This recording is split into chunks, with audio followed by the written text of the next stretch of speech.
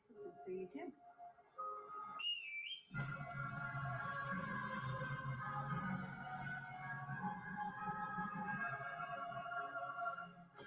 Step up to GMC with 0% financing from these GMC models. We are professional grade. GMC.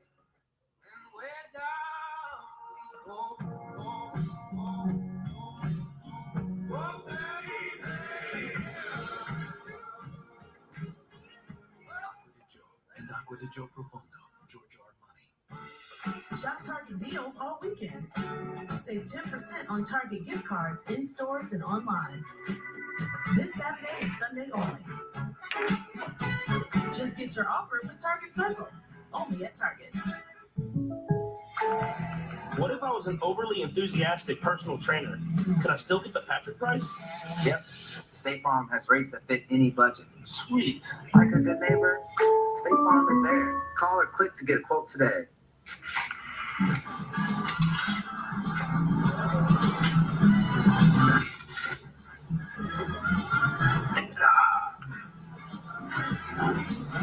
Nachos, better with Pepsi. This holiday, Verizon has the deal that gets better and better and better. Get iPhone 13 Pro on us when you trade in your older damaged phone. Better. Hey, and up to $1,000 when you switch. Because everyone deserves better. Wednesday Hawks. Take on the Red Storm. Friday at 7 Eastern on FS1. Saturday, the Big Ten Championship on Fox.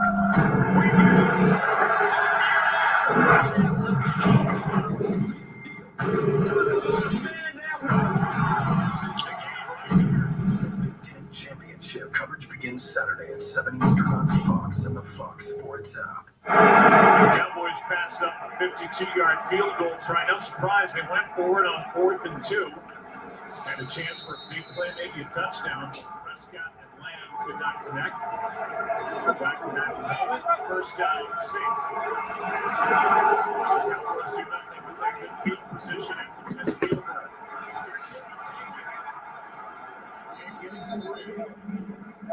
Back to the 4th down play. Yeah, CeeDee Lamb comes across. I think this was a design play that he's going to come up the field, but he gets caught up in the wash right here.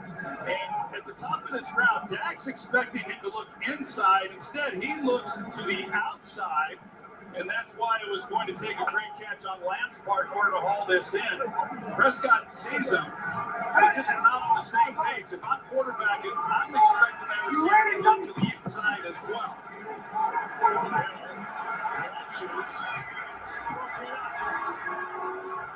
Smith the target with Anthony Brown. There to knock it away for Dallas, looking for that bounce back game Troy talked about a moment ago. Yeah, it's a really nice job by Anthony Brown because Traquan Smith, he's pushing up and then he's got inside on an outside leverage quarterback running away from him. But Brown's able to make up the speed. Just really not much separation right now by the Saints receivers against this secondary. 4 penalties, 91 yards. Against Anthony Brown on Thanksgiving. 3rd down and 7. Hill throws pass behind Callaway. 4th down.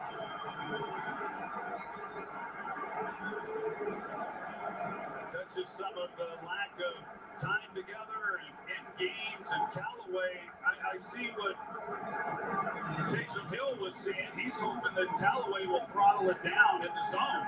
Sometimes Dallas plays zone coverage on 3rd and long and didn't want to lead him into the defender, just not on the same page. So another nice job by Dallas defensively. Nick Gilligan, another one. This pass, really nice.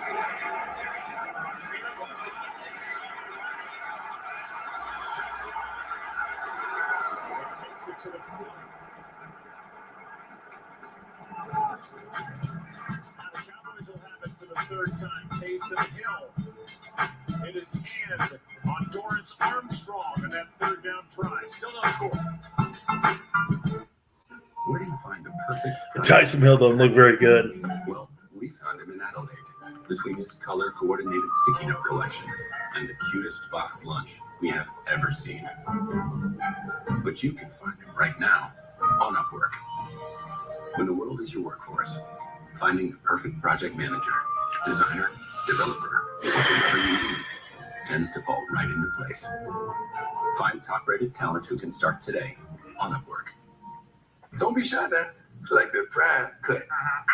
I love my gold jacket, but an Aflac blue feels so right. When you feel right, you coach right. I know that's right. Prime never believed in double coverage, but health insurance at Aflac is money. And I know how Coach Brown feels about money. Now that is what this jacket needs.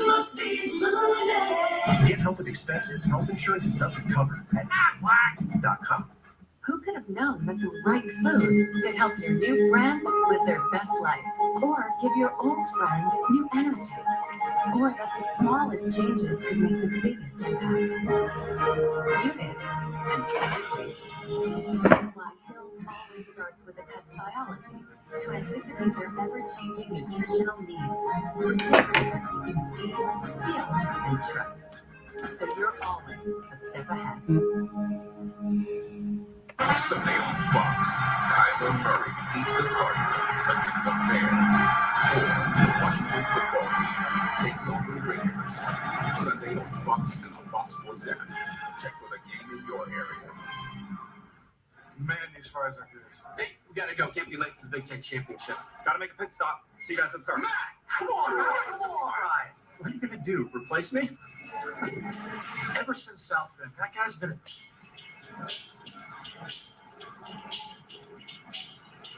What's up? You ever done a pregame show?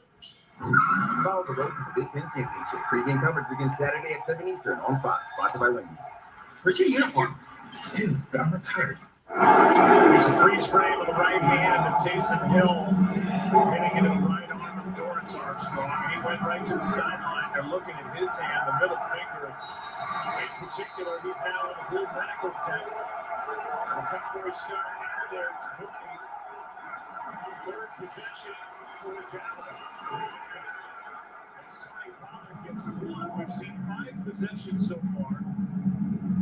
The two teams, 3 first downs, 3 punts, a missed field goal, 1 turnover on downs, and no points. This has been an ugly start for each offense. Yeah, it has. And Trevor Siemian, while Taysom Hill went into the tent, Siemian was taking snaps from the center, and he's been warming up. I want to see him on his next possession.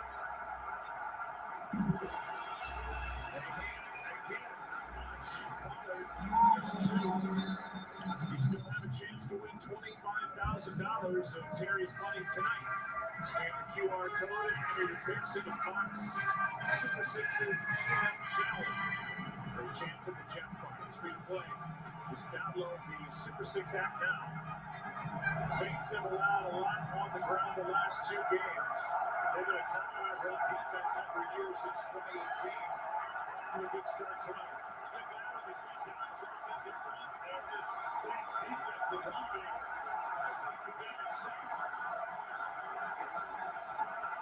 Third down and 7. Saints to down near the 36 of New Orleans.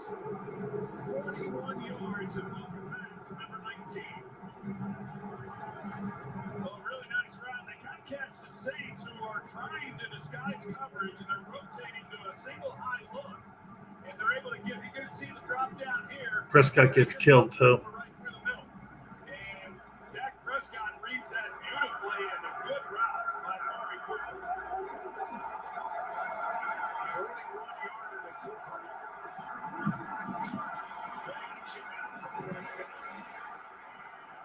Supposed to be a screen.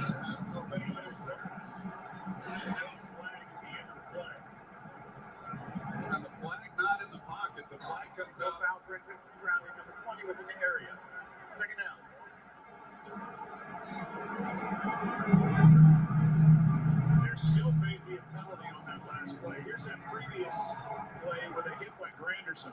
And then with the player downfield, number 66, offense. 5-yard penalty. Wow, what a shitty late call.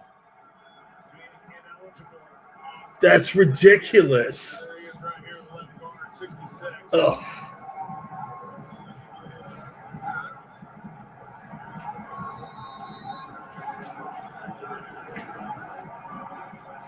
It's a first and 15. You want to take your pick. You want first and 15 or second and 10? It's opted for first and 15. Here in Sean Payton, it's Dalton Schultz. Picks up 7.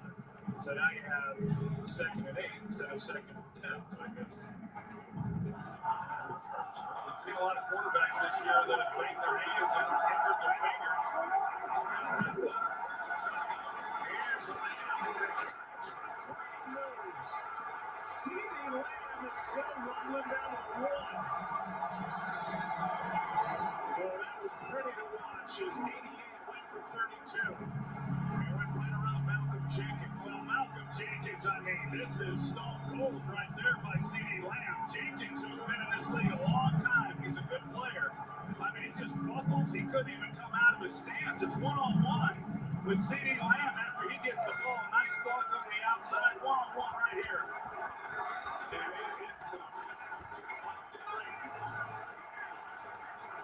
Let's get out of the stance. Mike McCarthy watching in a hotel room back in Dallas.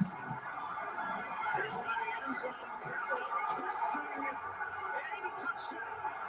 What a cross by Michael Gallup. And we'll make sure both feet got down. What a catch if it stands. So you see the rubber come up.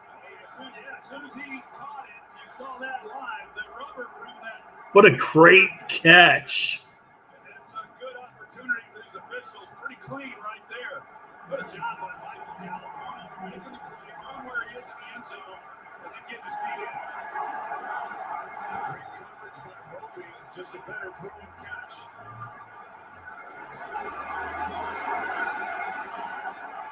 Wow, so much for the slow start for the Cowboys offense as it kicks into gear.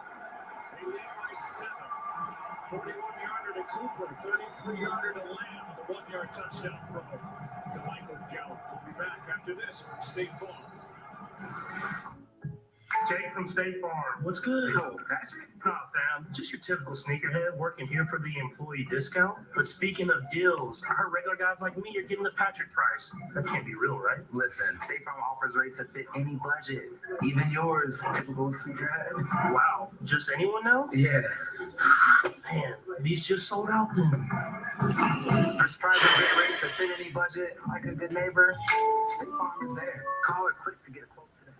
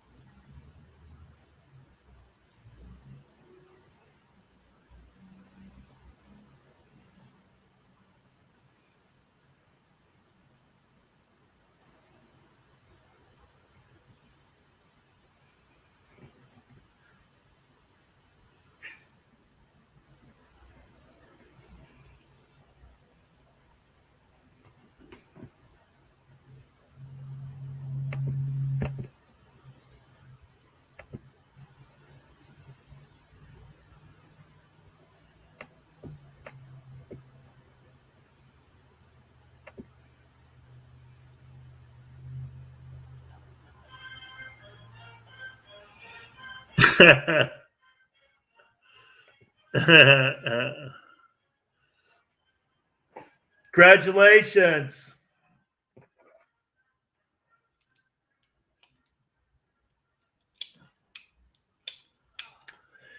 Huge win.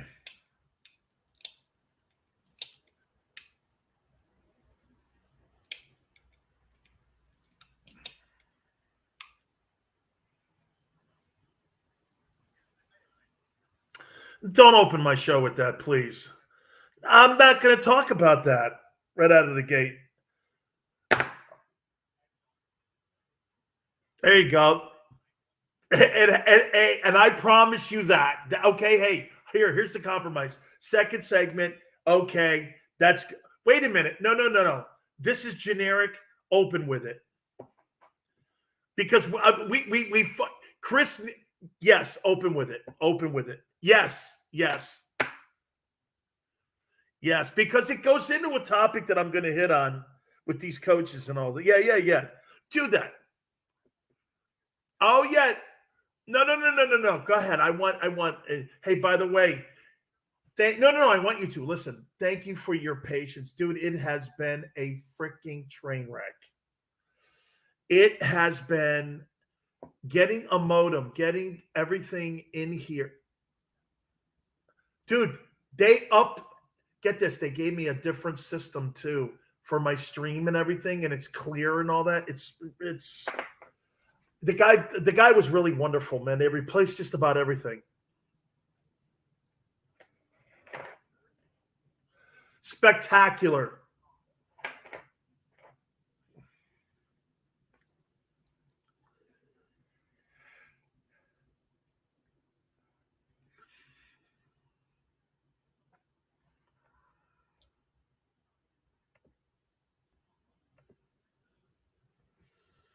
Yeah.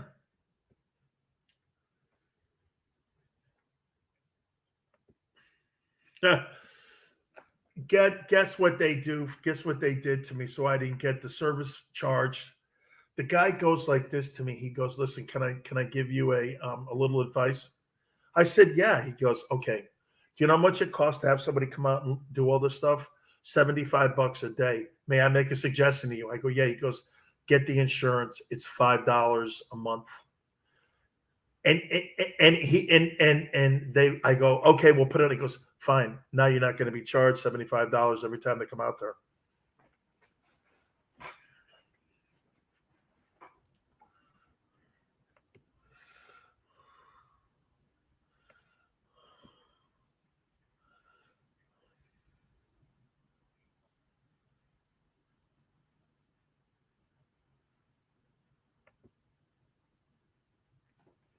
It's a big game for the Cowboys tonight.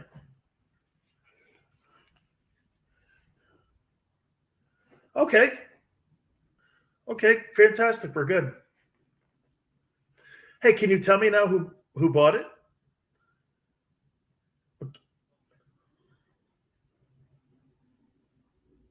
Okay, good. I won't. Nothing.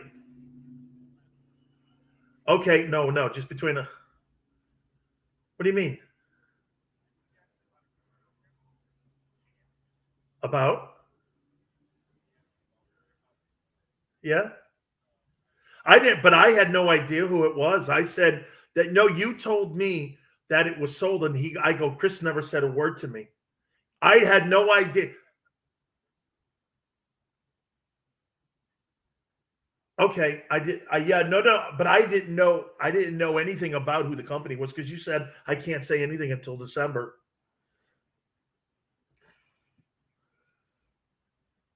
Okay, good.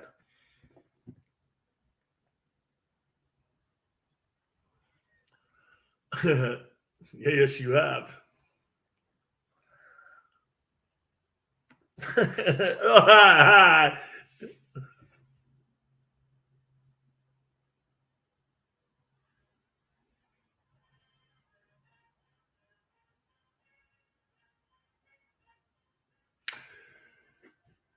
Okay, America.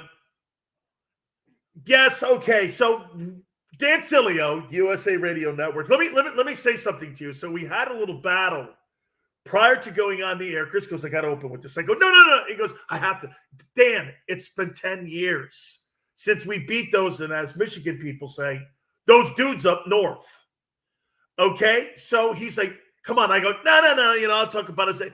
And then I realized, and I said, "You know what? Michigan people have been rooster walking these last few days since they beat that team up north."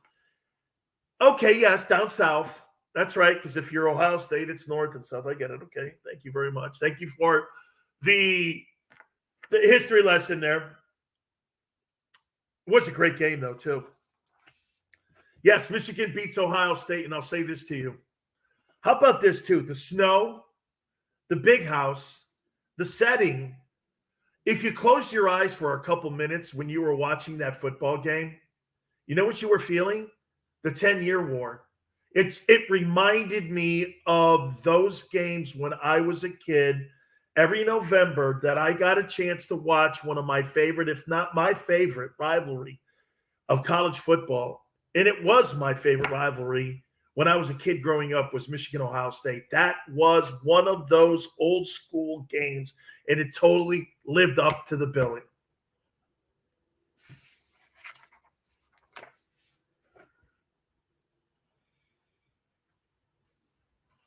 It was.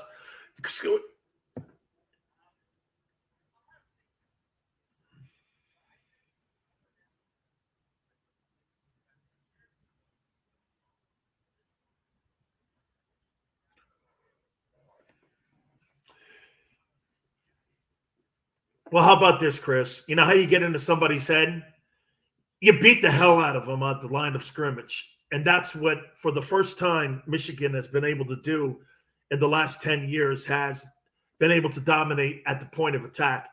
There was nothing about gamesmanship in that game except for this. This was the first time that I said this in this game in 10 years, that Michigan had the best D-line and O-lines in that football game, and they dominated them at the point of attack. Okay? Plain and simple. It was old school football, Michigan style. That was Bo Schembechler football. Let me run you over. I will dominate you at the point of attack. And that's how Michigan won that game. It was no fancy spread offenses. It was nothing where anyone was being fake. They were lined up and said this: I'm going right here, and there's nothing you can do about it. Nothing you can do about it. That's why Jim Harbaugh got an enormous victory. And I'll say this to you. After losing to Michigan State earlier in the year, that game right there erases all that, because now, this weekend, you have Iowa for the Big Ten championship and a seat at the dance when it comes to the college football playoff. Now, here's the big thing now you have to worry about. Michigan has not been in this position in a long time. Do you end up having put all your emotions and everything into that one Ohio State game, and all of a sudden you go into the Iowa game, you're flat? Dealing with success is also part of being a great program. We'll find out a lot this weekend in the Big Ten title game. That's how I see Michigan here. By the way, don't let that Ohio State moment flicker away with a crappy performance against Iowa. That's not what you want to have happen, okay? This is a great moment for Michigan and Harbaugh. Remember, by the way, people at the beginning of the year were saying he should be fired.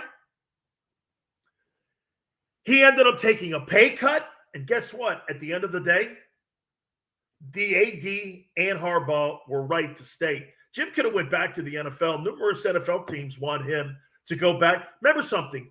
He's 49-17 as an NFL head coach. It's not like the guy sucks as an NFL head coach. He could get an NFL job anytime he wanted. Okay? But he wants to stay there. Rightfully so. It was a great moment. It was a great moment. I mean, college football, by the way, had a great week this week. You know why? Because college football was relevant again. Let me tell you what's happened to college football over the last 10 years because of Alabama and the SEC. You know what's happened? It's become too regionalized. All the storylines are in the Southeastern Conference. Few stories came out of the Big Ten. Nothing came out of the Pac-12. Nothing. Pac-12's been a non-factor for what? 10 years? Oh, yeah, Oregon. That's right. Nobody cares about Oregon in New York and Philadelphia. Nobody's paying attention to that conference. And it became too regionalized. What I mean by that is all the news was in the southeastern part of the United States with all those great college football teams. This week we had a bunch of news. I don't really like the news, but I like the fact that college football was relevant. Can I tell you why? I mean, again, it's a national story now. Programs showed you a little bit about who they really are. Let's get to some of the storylines here. By the way, big game tonight for the Cowboys versus the Saints. It's all squared up too, by the way, in the first quarter. I mean, the Cowboys cannot lose that game. If the Cowboys lose that game, they won't make the playoffs. They lose to the Saints, all banged up. You're not going anywhere. You should be killing that team. I'll get to that here in a minute. Let's get to the storylines of Brian Kelly going to LSU. 10 years, $95 million. Wow. My friends, I'm not pissed off in any way that Brian Kelly is taking that opportunity. Who in their right mind would turn down $100 million? Anybody who says, well, I've got to be loyal and it's Notre Dame, you're out of your mind if you say you would not take $100 million. But here's my problem with Brian Kelly, the head coach of LSU now and formerly of Notre Dame. You text your players at midnight to tell them that you're leaving. You call a 7 o'clock in the morning meeting to tell them you're leaving for LSU, when just 24 hours earlier you were telling them how great you are, and you're in the midst of potentially being one of the 4 teams in the college football playoff, and you absolutely turn your back on your kids? I don't know about you. How about this? And again, it's a tough conversation because it's $100 million. But his greed got the better of his judgment. You leave your kids like that, who fought their ass off and did every single thing possible for you. You knocked on their doors and begged them to go to Notre Dame. Kids that go to Notre Dame could go anywhere in the country. And when an opportunity came to you, you absolutely took a piss all over them. And let me show you how he did that. He just leaves them high and dry. Did you hear what the committee said too? Well, Brian Kelly not being there, we're going to take that into consideration. What does a head coach not being on the sideline have to do with the kids playing in a game? Why would you penalize the players for the coach's decision on leaving? That is so unfair. Fair. Listen to me. Rainbows and butterflies. So what does he do on the very first day at LSU? You know what he does? He walks in, Brian Kelly. He looks at his new football team. You know what he says? Guys, the reason I'm here at LSU is because, I wanted to come to the place that had the best athletes on the planet. Really? Notre Dame doesn't have that? I wanted to come to a place that had all the resources on the planet to give us a chance to win. Are you trying to tell me Notre Dame, with their own television network and their deal with NBC and the endowment that they have at Notre Dame, doesn't have a mountain of riches to build your football program? Are you high when you're saying that? Notre Dame. And then the insult of insults. I wanted to play in the conference that was the best conference in the country to give me the best chance to win a national championship. I talked to Joe Theismann the other day about this. Joe Theismann's livid. So you're trying to tell me Notre Dame doesn't have the best talent, the best resources, and you can't win a national championship at Notre Dame? Why in the world would you take a shot at all those kids that you left behind in South Bend? LSU finished 6-6 this year. Notre Dame's 11-1. And on the cusp of potentially being one of the 4 teams to get to the Final Four. Why would you say that to those kids? You not only turned your back on them, but then you kicked them in the rear end on the way out the door. I think there's a way of doing things. Like I said, I don't begrudge Brian Kelly at all in any way taking $100 million. Get this, he's got a clause in his contract now that says this: If he wins a national championship and you decide to fire him within 3 years, you not only owe him the buyout, you owe him the entire contract.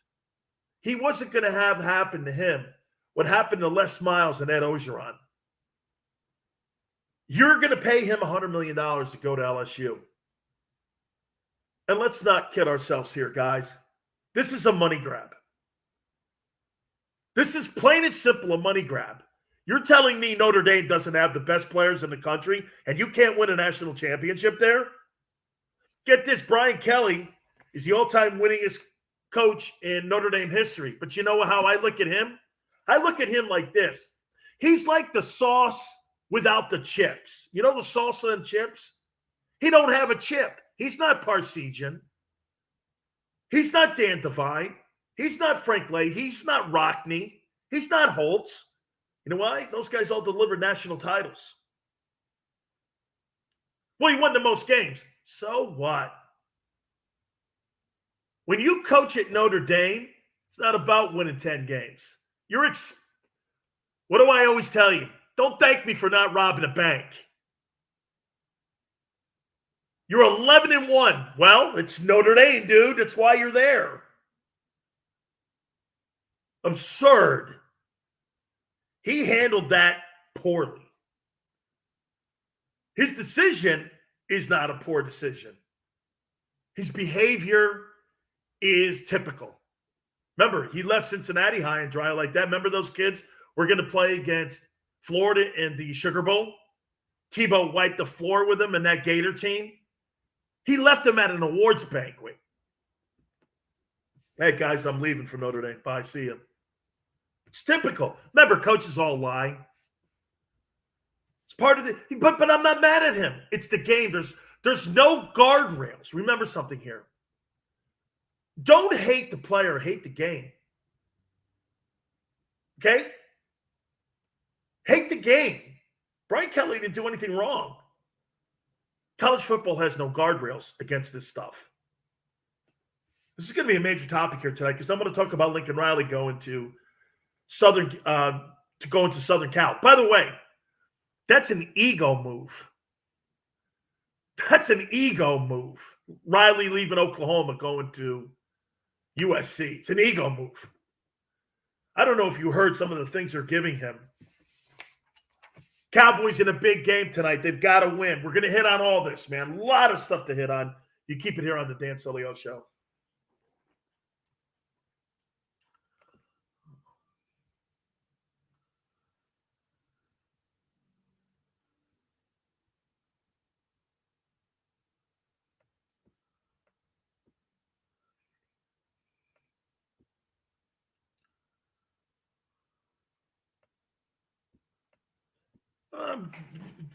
It's been rough. Yeah, rough. Yeah. Very rough.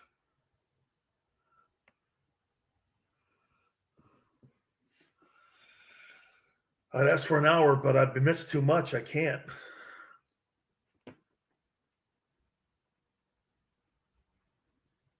Hey, I don't see very many people covering that Jesse Smollett try. You think he's going to get time or anything? Yeah.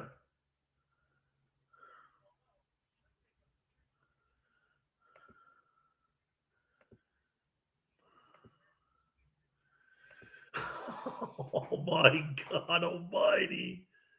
Wow, is that so inappropriate but funny? Wow. Wow, are you? No doubt.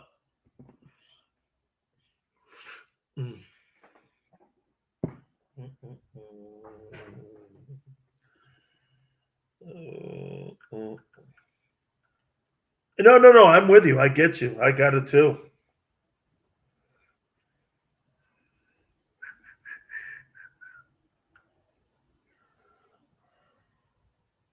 Absolutely, Chris. I get it.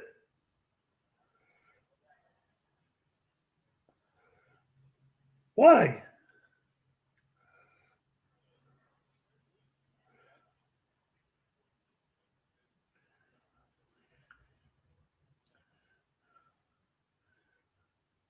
When was this? Oh, he never brought that up. I told him we were boys.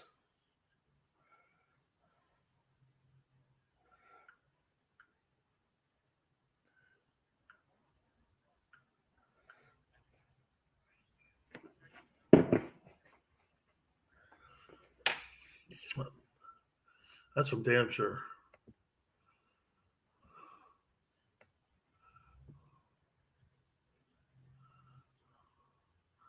Nice.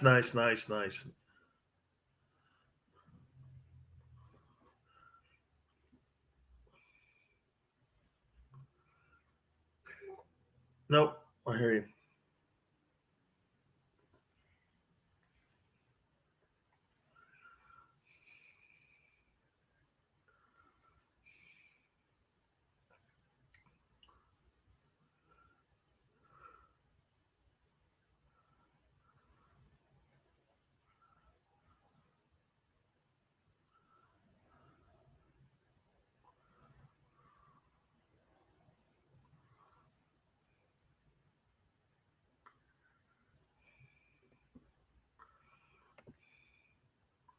Does he like does he like Janet?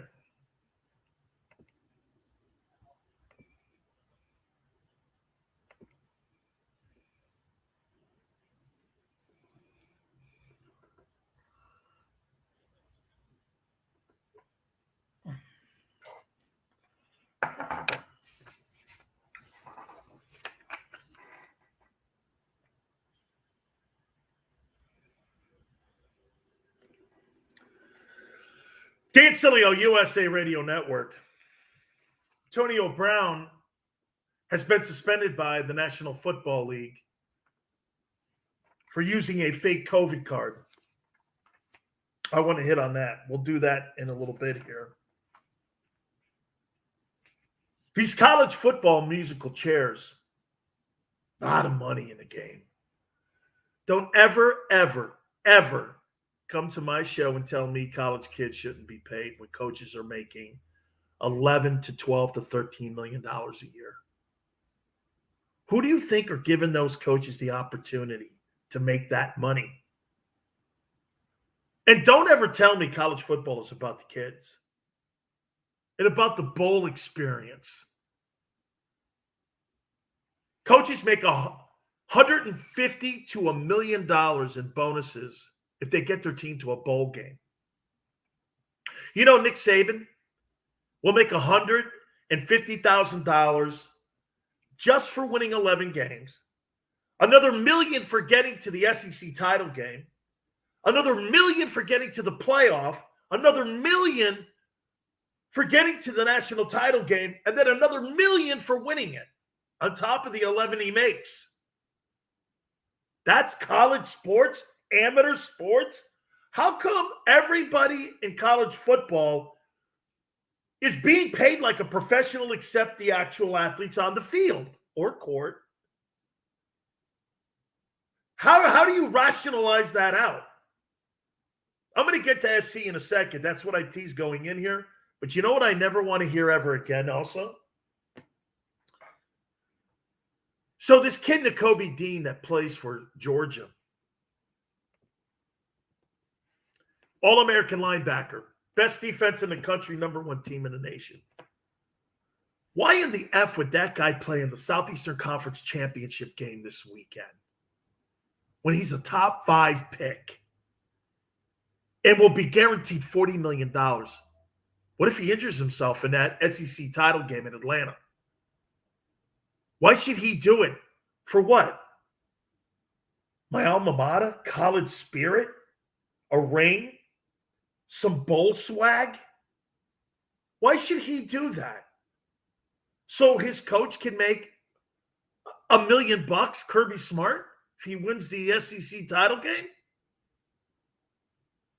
If I'm the Kobe Dean and I'm watching Lincoln Riley take that SC job for $110 million, and I see what Brian Kelly just did, leaving his players high and dry and grabbing $100 million, or excuse me, $100 million, Jesus. Boy, did I cut him short. $100 million, excuse me. If I'm a top 5 prospect or a top 10 prospect, why would I play in those bowl games? Why would I play in a national championship game? Oh, well, Dan, it's the national title. It's not like it's the Sun Bowl. Hey, man, in reality, they're all the Sun Bowl. Don't give me that, well, this is the national title. This is the Sun Bowl. There's a difference. No, there's not. Not when I'm getting $40 million. And the Sun Bowl can also damage my goods and my ability to make that money if I get hurt in the stupid Sun Bowl, just as I can in the national championship game. Here's my point. Why are these kids eventually in the future going to play in those games? Why wouldn't you shut it down? If you knew you were guaranteed $40 million, would you play this weekend? Would you play this weekend? Of course you wouldn't. Of course you wouldn't. All right, guys, do me a favor. If you're in the Phoenix area, I had a great conversation with my friends in the Valley. Please do me a favor. Head to Hooters and check out the $11 lunch special starting with just $8 each. You're going to wash this down. Let me tell you this, man. These lunch specials are awesome. $8. Wash it down. Ice cold Bud Light drafts. They're only $3. Get on down to Hooters and make sure you tell them that Big Sil sent you there in the Valley, right there in the Phoenix area. I do want to hit on Lincoln Riley. The Cowboys hit a big one tonight. We'll look at all the NFL games that were over the weekend as well, and who's really a pretender and contender. We'll do it next. You keep it here on the Sileo Show.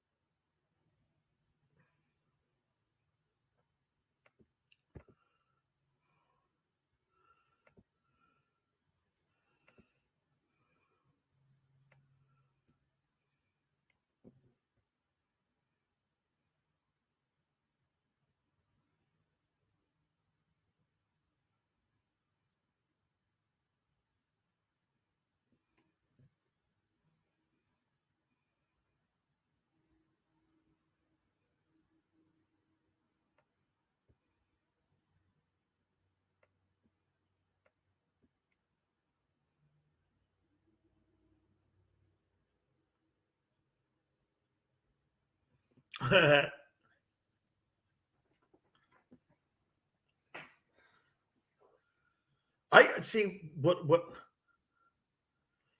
I loved the grouper sandwich. Here's somebody just tweeted, had a great time with Canes legend Dan Sileo talking college football coaching changes. I'm a legend now. You know what legend means to me? Old man.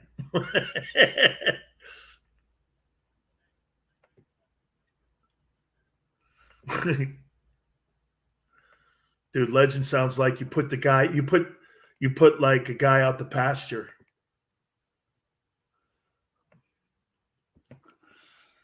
Well, that's a nice way. That's a nice way of looking at it.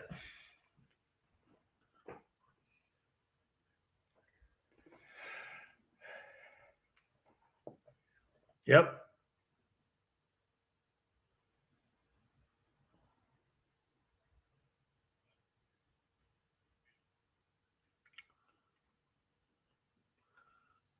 I may not be the babe, but I'll tell you what, I'm Yogi for sure. And Yogi won more World Series championships than Babe did.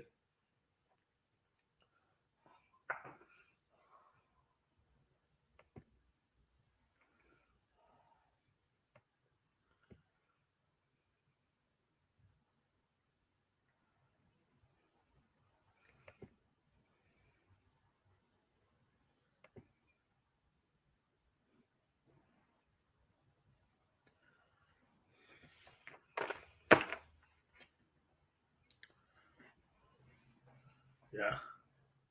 I feel good here. Those are some good spins, good segments. I love that Michigan helmet. I always did.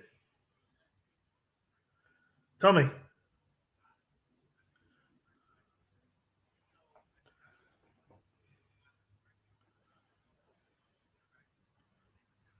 That's correct. I saw that in that documentary. It was Ohio State and Michigan documentary on HBO.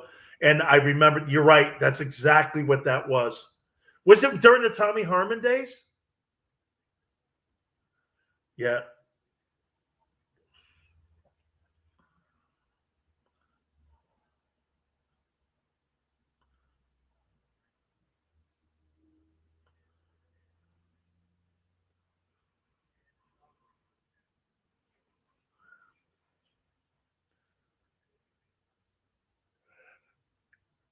I wouldn't know. I wouldn't go there.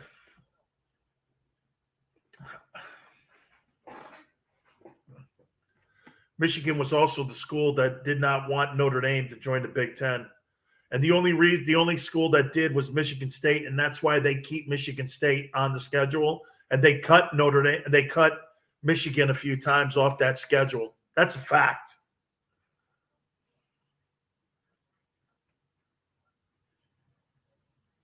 That also, they didn't really respect Brian Kelly. Absolutely.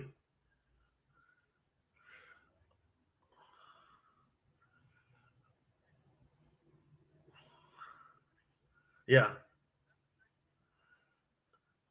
Oh, absolutely. But it's 100 million. I get it, Chris. I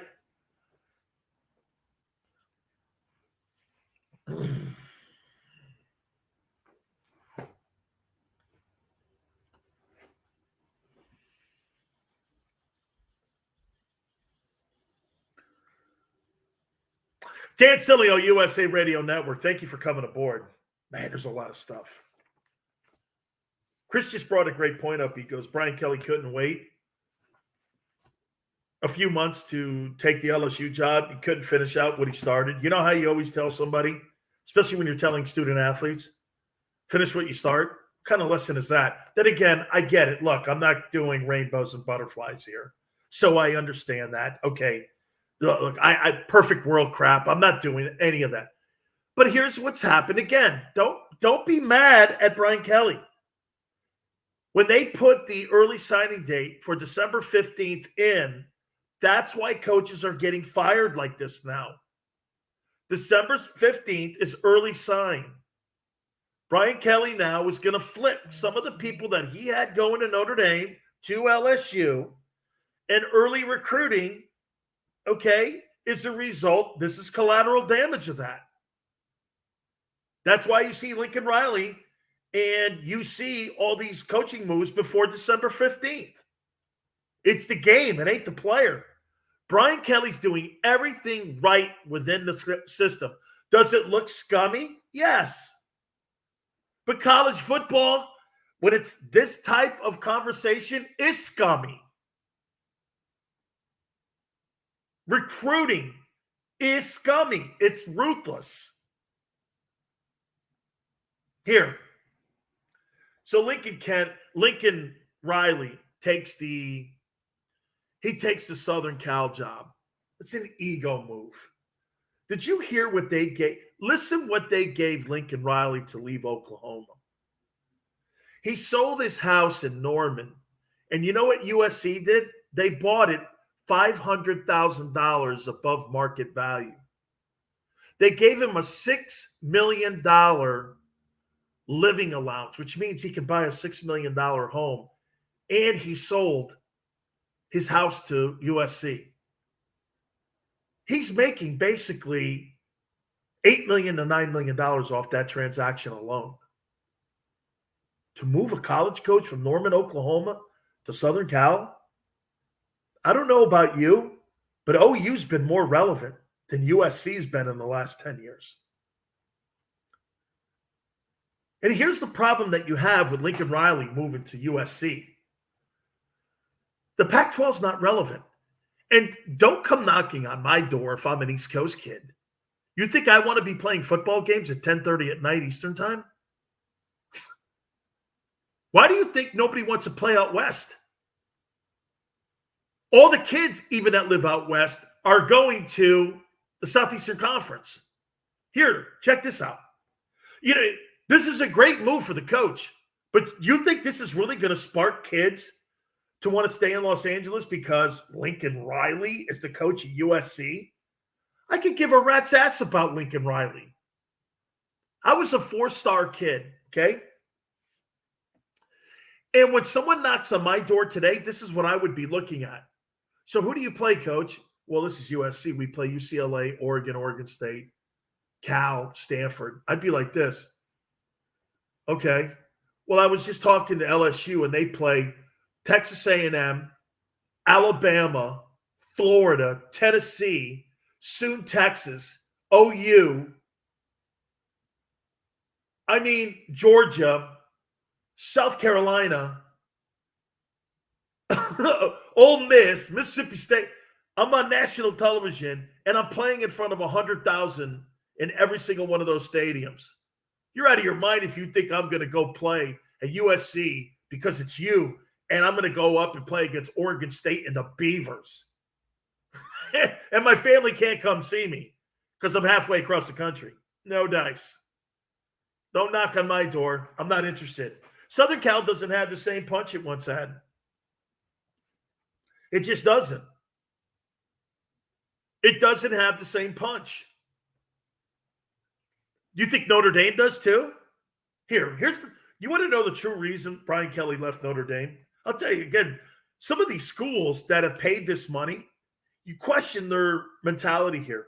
Why do you think Notre Dame can never win a national championship ever again? And I'll tell you why Notre Dame won it in 88. Why do you think Lou Holtz won the last national championship? And they really haven't gotten close since. Do you guys remember a rule that was in place back then? What was that famous rule? Prop 48. Do you know what Prop 48 was? Prop 48 was something that the NCAA put in as a bylaw for non-qualifiers, which meant this: colleges could take kids under a 2.0, put them on probation, give them a chance to excel at that university, and give them a chance to graduate. Basically, what Notre Dame did was they dropped their standards. Notre Dame hated Prop 48. It's the only reason they won, because they got the Reggie Brookses, they got the Jerome Bettises, they got all those kids who were non-qualifiers. They would never have gone through admissions legally at Notre Dame if it wasn't for Prop 48. People aren't bringing Prop 48 up. They lowered their standards. When that rule went away and Notre Dame abolished it, they haven't been close. Yeah, they got to the title game against Bama in 12, I think it was. And then they got killed. And every time that Brian Kelly and Notre Dame have made it to the semifinals, they've been murdered in that game. They're never going to compete for a national championship, because why? Well, when you go to Notre Dame, they have a 17.1 admittance rate for admissions. Do you know what Alabama is? It's 87.9. Basically, 9 out of 10 kids who qualify and put an application in to go to Alabama get in. 9 out of 10. 9 out of 10 kids. That was set up for the college football player. Admissions, the school, all working with the athletic department. Alabama is set up for a football factory. Notre Dame is set up for academics, like Stanford, like Duke. Okay? What Mike Krzyzewski does in college basketball, by the way, I think it's easier to win a college basketball national championship. You get 5 superstars that got pretty decent grades. You can't get 85 guys like that in college football and put them on it. It's not going to happen. You think Stanford's going to win a national championship? Give me a break. Stanford will never win a national championship. Here are the teams that will never win: Stanford, Notre Dame, Duke. Why do you think the Ivy League doesn't even play Division I football anymore? They don't play D1 football. They don't care to go to the playoffs. Their academics are too high. not winning a chance. You can't win. Brian Kelly knew that. He won more games than any coach in the history of Notre Dame. He knew at the end of the day he was never going to get one of those national titles. Do you know what the admittance rate is at LSU? 84%. 8 out of 10 kids who apply to go to LSU get in. That includes the football team. So when Brian Kelly from now on recruits 20 kids, he's getting those 20 kids. When he was recruiting 20 kids at Alabama, at Notre Dame, he was getting 7 of those 20. He wasn't getting. You think Notre Dame was bending over backwards for the football program and lowering their standards academically? Never in a million years. Never happening. Southern Cal doesn't have to report that because they're a private institution. They get to accept pretty much anybody they want.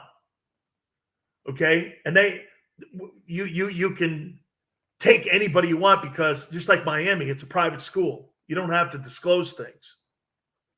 And you don't even have to disclose Lincoln Riley's salary. At LSU, you do because it's a state institution. There's so many sidebar stories to this. And I love how certain people in the media, man, what a grand slam for USC. What do you mean a grand slam? How do you know that? Why? Because one guy was successful at one place? You think that's going to translate to Los Angeles?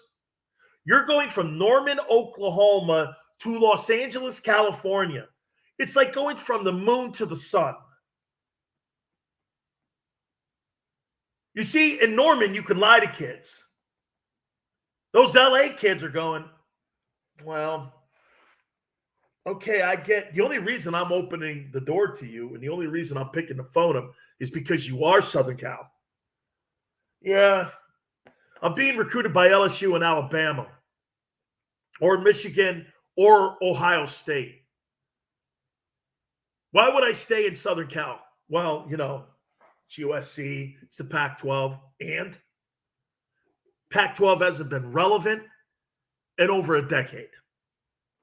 Well, going to the Rose Bowl. Great. I get to go to the Rose Bowl anyway now because of the college football playoff. Alabama's been to the Rose Bowl. Ohio State's been to the Rose Bowl. I go to one of those programs who actually win every year. See, the problem with Southern Cal, they've been searching for the next Pete Carroll. When you hire a coach, every coach is like a leaf on a tree or a snowflake. They've got their own DNA. They've got their own look. It's unique, how they do things, how they present themselves, how they run a program. Everyone's different. When you try to duplicate things, how many times has that ended up biting you in the ass? Well, this guy sounds like this guy, or this guy performs like this. That's not how you evaluate people, and that's not how you build teams or find coaches. Coaches like Lincoln Riley and Brian Kelly are BS artists. I love you, kid. Here's Brian Kelly talking to a college football recruit. He was at Notre Dame. I love you, man. And I'm going to treat you the same way that I treat my son that comes to Notre Dame. I'm going to be your father figure away from home. I've had these same speeches said to my family and to me. I love you, kid. You know how heart-wrenching that must be for some of those kids who are from single parents, and Brian Kelly just picks up and walks out and leaves them behind like that? Some of those kids have been experienced before in the past that their father or mother leave the nest, and there you are with your mom or your dad by yourselves. Now, look, I'm not naive to think that, hey, if a kid decides to leave and wants to transfer, kids have that right now because of the new portal. This is what makes college sports scummy. The money has exposed it. And this week, and by the way, like I said, for me, it's great content. It's great content. But this is the scummy side of it. The money, as I was saying, has exposed it. You know, money exposes people for who they really are: greed, value, less than value, priority. Use a word. That money exposes things. Loyalty. Loyalty. There's no such thing as loyalty in sports. Those days, guys, I hate to be the bearer of bad news to you guys, but that loyalty to your schools, to your coach to your players, did you not see it this week? Or did you put a blind eye to it like you always do? Isn't it funny how nobody on the planet is bringing up the fact, how are these coaches making all this money? And the players make very little to any. AD's making $2 million, $3 million a year. Conference is now making billions of dollars. And not only that, now you're talking expanding the college football playoff. How in your right mind are you not stroking these kids a check? Do you follow with me here? If your head football coach is making $13 million a year like Saban, or $13 million a year like Lincoln Riley's new deal, or $10 million like Brian Kelly, don't you feel an obligation to write checks to families who are sending their kids to your school, knowing full well some of these kids come from the worst poverty situations in the country? Don't you feel that a little bit? All right. You know what? Maybe I'm rainbows and butterflies again here. All right. Hey, guys, do me a favor. It's the holidays. Podcasterwarehouse.com. One of the absolutely best websites there is when you're talking about building yourself a studio. Gamers, this is your one-stop place. 25% off of everything that is on the website. Processors, microphones, headphones, anything you need, computers, right there for you at podcasterwarehouse.com. Shipping is free. It's podcasterwarehouse.com. Antonio Brown with a fake COVID card, suspended 3 games. I want to hit on that. We'll do it next.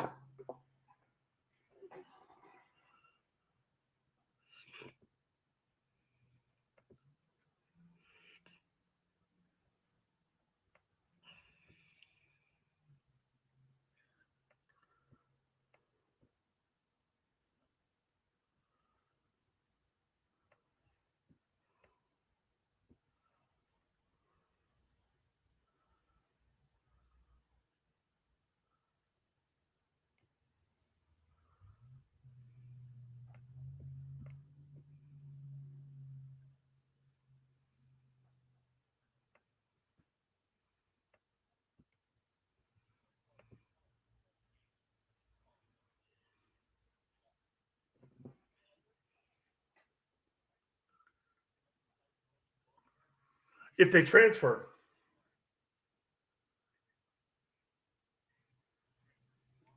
I did. When I transferred from Maryland, I lost a year. It cost me my senior year. Did this kid catch that?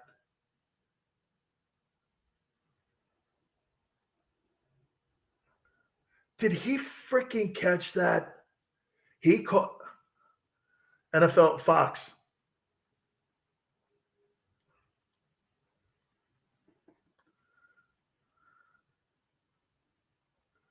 Cowboys should be killing this team.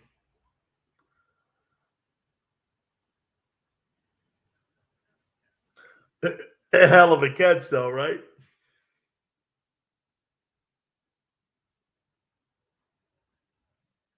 Killing them. I know. Well, they're in the red zone now.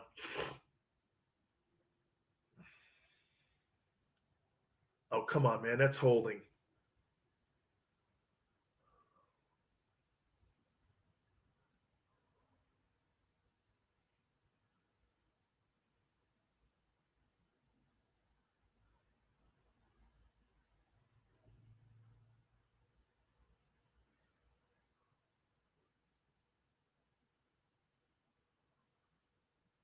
There's your new next head football coach of the Cowboys right there, Kellen Moore.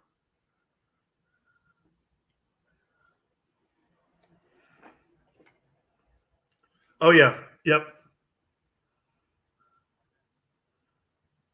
70? Yeah. No. He looks it, I know. Yeah, he's 70. Belichick's 70.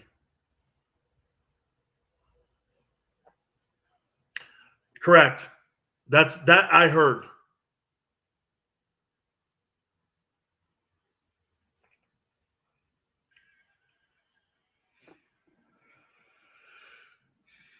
Dan Sileo, USA Radio Network.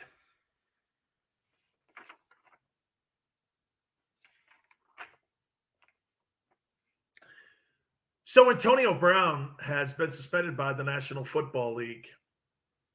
3 games for using a fake COVID-19 vaccination card. Breaking protocols that the NFL has put in place, which, for the record, I think are ludicrous. Ludicrous to the ones that have been vaccinated. It's absurd.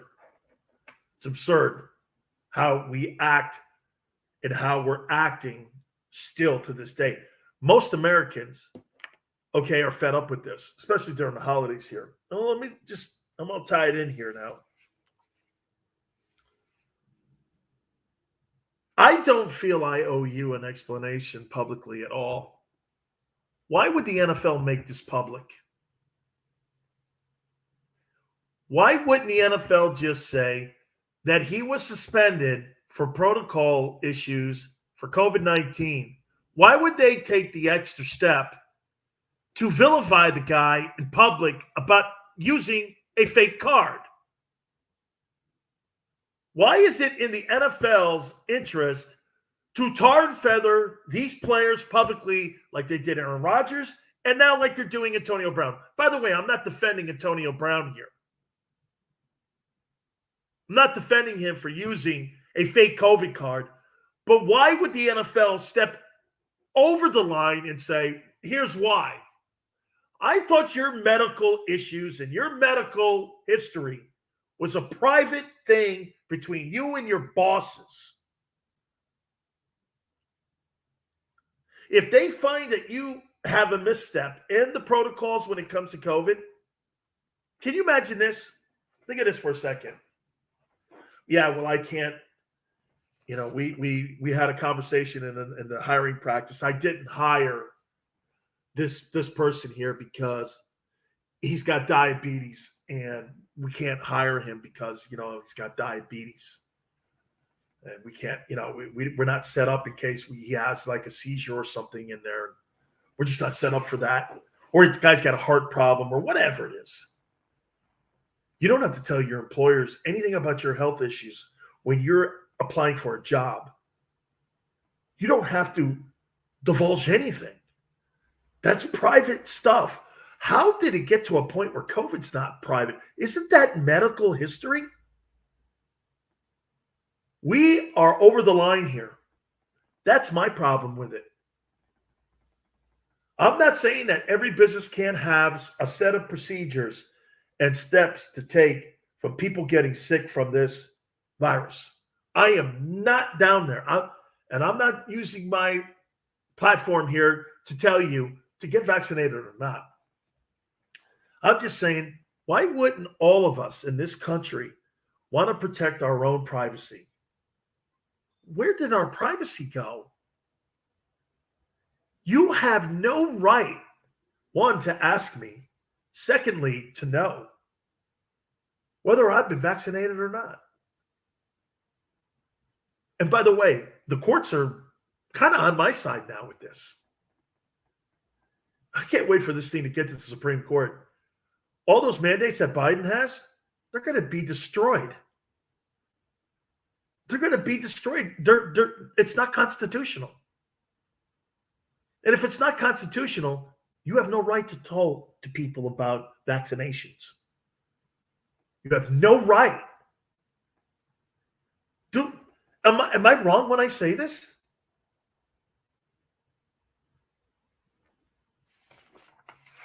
I just don't see where our privacy.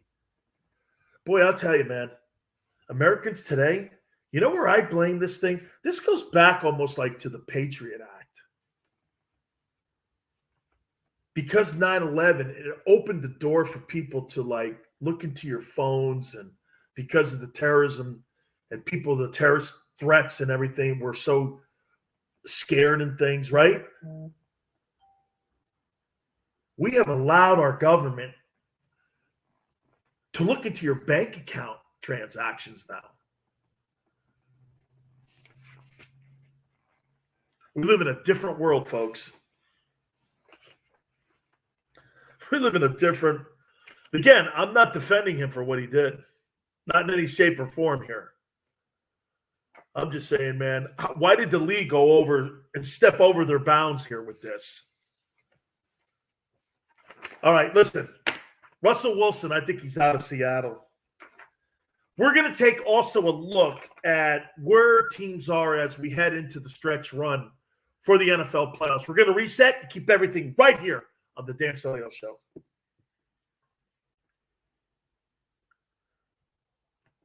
Okay, bye.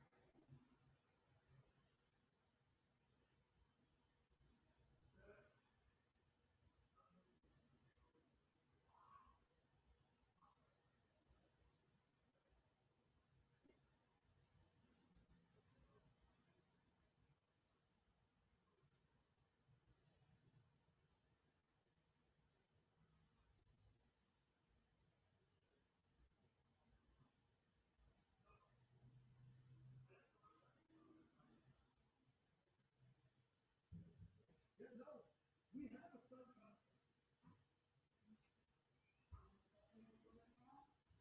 not doing any reason until I get the birds in.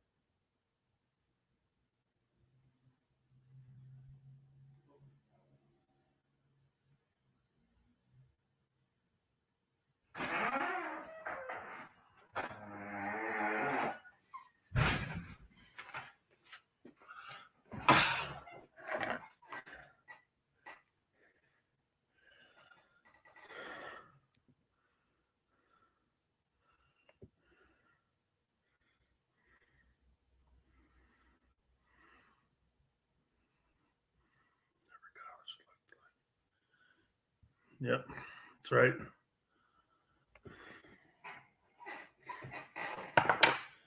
People even bastardize college now.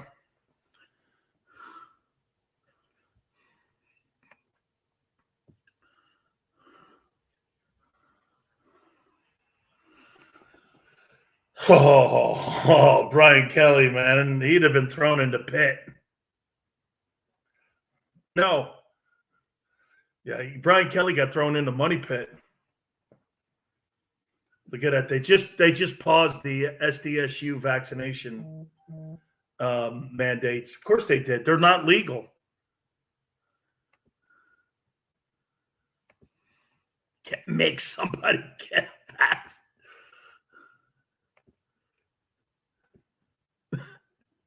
You see, Chicago, even they thought they were going to push the police union around. They went like this. Fuck you.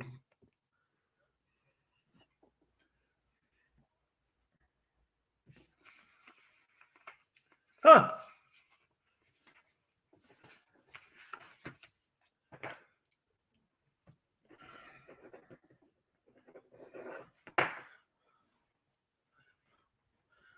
Organized crime, to me, you know what it means? Pharmaceutical.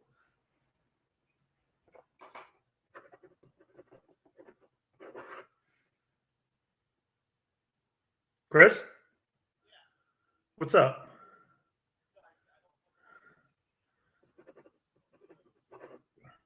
What's that? Oh.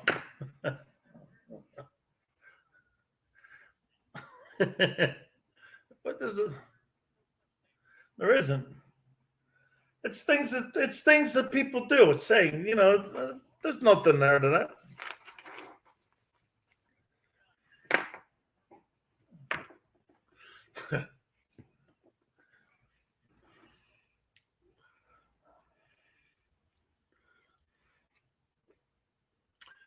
Dan Sileo, USA Radio Network, welcome aboard. Oh, by the way, does anybody know that baseball is now in a lockout? It's not real important right now, really. There's no game. But Commissioner Manfred's like, this is the only mechanism that we can use to ensure that there'll be a 2022 Major League Baseball season. Do you know why it's not resonating with American sports fans? Because American sports fans don't like when millionaires and billionaires are bitching over dollars and cents. Not when Americans are paying $5 a gallon for gasoline. There's a food shortage when you go to grocery stores. Inflation's going through the roof. People are in this country, well, some people are telling me the country's in a good place, and I'm like, funny, every time I go fill my tank up, I don't feel that good place. Or when I go to the grocery store and I buy a turkey and it's $50, I'm like, I don't feel like I'm in a good place. You may be in a good place in Martha's Vineyard, dude, but I'm not. Only rich folks say, well, we're in a good place. Not Americans. It doesn't matter what party it is, too. Those people in Washington don't care about you. Because if they did, we'd have no homeless and there'd be no kids in this country not starving. Those are the only issues I really care about. Bridges and infrastructure, potholes. Kiss my ass. Get that gasoline down so I can go to grandma's or enjoy myself during the holidays. Food on the table. Taxes down. Nobody in my ass when it comes to mandates. Then I'm feeling pretty good about my country. Don't talk to me like I'm stupid. That's what they do. Republicans and Democrats. They talk to you like you're stupid. That's why people aren't listening. And I mean, all Americans. You see these college football stadiums packed. You think there's only Republicans in those stands? It's Democrats and Republicans at that Michigan Ohio State game. Hey, and by the way, if COVID is such a big deal, how come they're not calling these giant get-togethers with Michigan, Ohio State super spreaders anymore? Was there a massive breakout? People were outside. Have you heard anything? Or like this weekend when the SEC plays Georgia, Alabama? It doesn't line up, friends. It doesn't line up. You get 70. I'm watching Cowboys and Saints tonight. There's 75,000 fans in the Louisiana Superdome tonight. There's still going to be no cases of COVID coming out of this thing.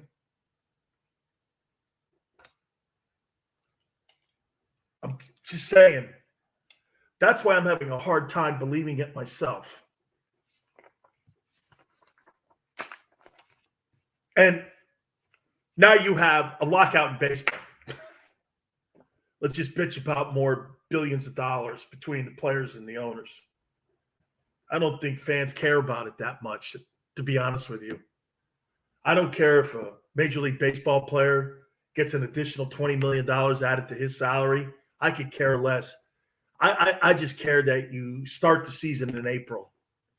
You guys want to fight over billions of dollars? I don't care what you do. And quite frankly, if you guys end up striking, it'll just be another death knell in that sport that barely anybody between the ages of 18 and 34 watch anymore. Do you know what the average fan age is for Major League Baseball? It's 51 years old. Major League Baseball has got an identity crisis. It's the only game truly without a clock. And when people watch baseball, you're boring me to tears. Lockout. I saw that and I'm like, should I even bring it up? Does anybody care? I mean, I barely saw it trending on Twitter. Like, right? I barely saw it trending on Twitter. And I'm like, okay, whatever, dude. All right. Hey, bottom of the hour. We're in the stretch run now for the NFL playoffs. Cowboys are playing the Saints tonight. They got to win that ball game. And they're in a battle. Of course they are. Because you know why? Crappy teams, or better yet, inconsistent teams, play up and down to their opponent's ability. That's not good teams. When you see a good team, they're fighting out with great teams, and when they play crappy teams, they beat the doorknobs off them. Just because you suck doesn't mean I'm going to play down to that level. I'm going to kill you in this game tonight, 38-0, and I'm looking to do that to you. Ain't my fault you can't stop me. But they're the Cowboys sitting there in a one-score game with a massively banged-up Saints team. The Cowboys are not for real. I said earlier, a couple months ago, that they were. It was fool's gold. Okay? It was fool's gold. All right. So today is Aaron Rodgers' 38th birthday. He's got the best team in the NFL. And he's playing the best football of anybody at the quarterback position in the game right now. How do you think people are going to look at him when it comes to putting a check by his name when it comes to potentially another MVP? He was the MVP. He's the reigning MVP in the league right now, by the way. You think they'll hold the unvaccination against him? I've already heard Skip Bayless say he is. Imagine that. Think of this for a minute. Guys play on the field. His football team's the number one team in the NFL. He's carrying himself and his team on his back. And it looks like they're going to be the number one seed when it comes to the NFC playoffs. And guess what? You're going to hold him being unvaccinated against him. What made you a doctor? This is the stuff that I talk about when it comes to Hall of Fame voting. Well, I can't put Barry Bonds in because he was a steroider. Who made you a doctor? Do you know anything about steroids and PEDs? Or is it just something that somebody told you? Or is it something that somebody gave you some articles on and you read it and all of a sudden you're now an experienced professional at it? I always look at these people that have these votes and have players, futures, Hall of Fame. Like, did you see the Hall of Fame ballot the other day? Bonds and Clemens are on. I think this is the last time they're on it. And I'm like, they're probably not going to get in. Your Hall of Fame is a joke. If you don't have Barry Bonds and Roger Clemens in your Hall of Fame, it's a joke. And the sports writers that omit them from being in the Hall of Fame, you're jokes. You think the public is stupid? It's like the politicians that I told you that think you're an idiot. You don't think people that are American sports fans aren't going to go like this? Bonds is a great player, so is Clemens. But these guys juiced. In the court of public opinion, they've already been convicted. Whether or not you put those guys in the Hall of Fame, that's a different conversation. We already know. And by the way, are they Hall of Famers? In my eyes, of course they are.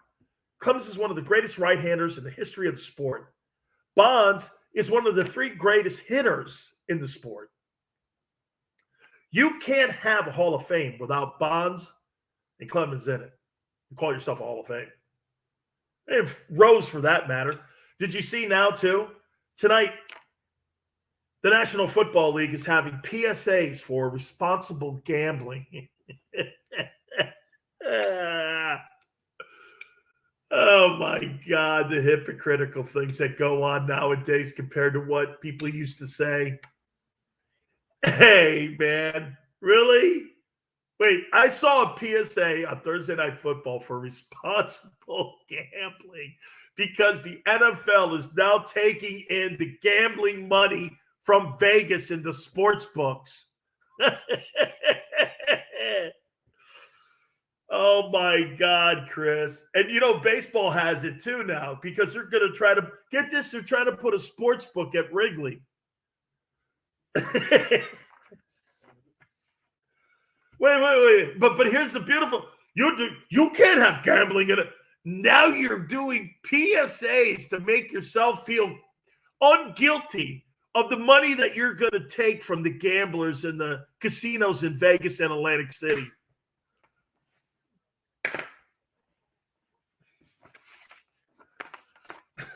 Yeah.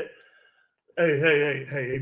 There's no gambling in professional sport. Oh, wait. Well, here's a PSA. Maybe we could get it. Pretty soon you're going to see a PSA for this. Watch this. Hey, look, responsible pot smoking is really something that we all should really take. And don't drive when you're stoned. Do it when you're home. Bang! Oh, man.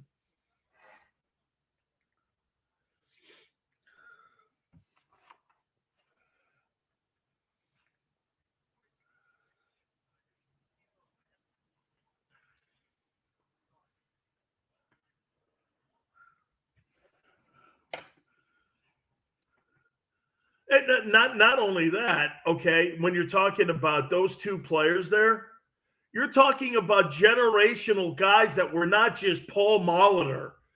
Okay, like you said, the all-time hits king, an all-star at 5 different positions, and Barry Bonds, who holds the single-season home run record and the all-time record, is not in baseball's Hall of Fame. I mean, what kind of Hall of Shame do you have? Oh, and by the way, you have a couple Klansmen that are members, but hey, Bonds can't be in. No, but Tris Speaker was. Come on, man. Oh, man.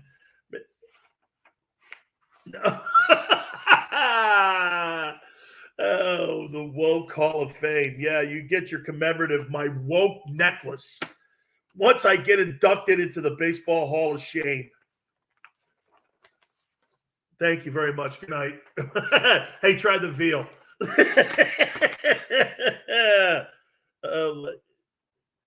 Oh, man. It's just disgusting. You know, we're in the lockout now. We're fighting over what? PSAs.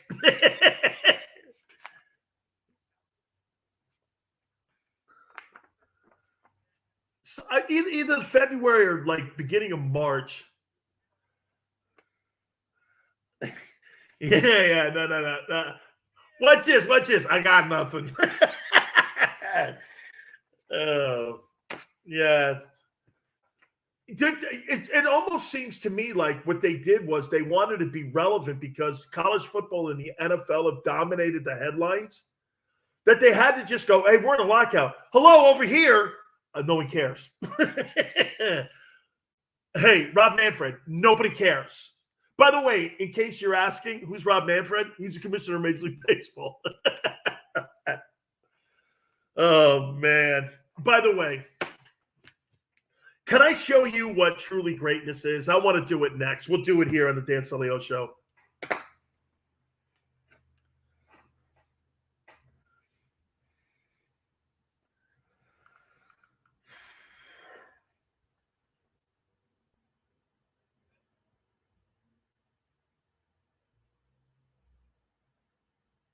You're so dirty.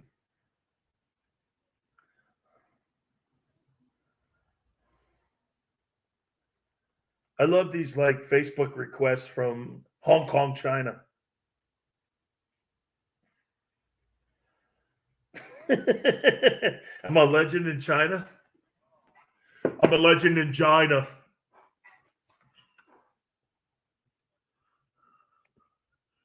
I understand this.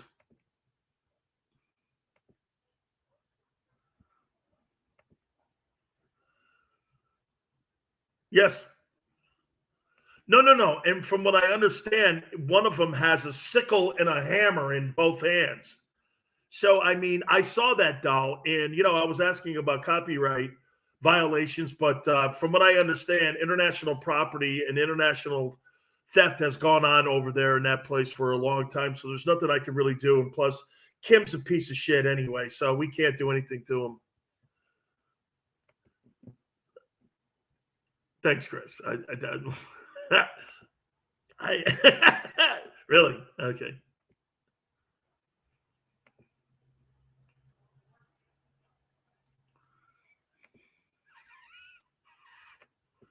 No, but we stopped that because I sent Putin a message saying, hey, listen here, guy. We're about ready to send over Big King. And you know what Big King is? You know what Little Boy was? Well, we have Big King. And the Enola Kong will be flying over. The Enola Kong.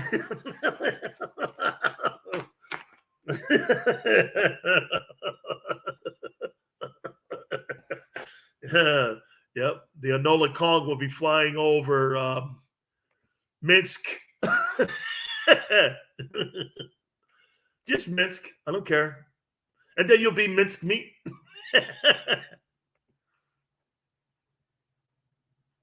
The Enola Kong.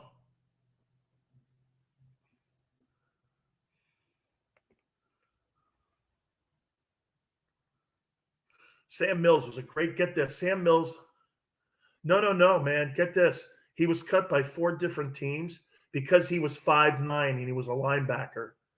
Bro, he was one of the hardest hitting dudes. And then he went on, after Carolina signed him and the Saints signed him, he went on to a legendary career. One of the great, there he is right there. There's Sam Mills. Look who he played with. Played with all those guys, Ricky Jackson. Sam could play, man. He was a big hitter. He played during my time. Those are 2 guys are Hall of Famers there.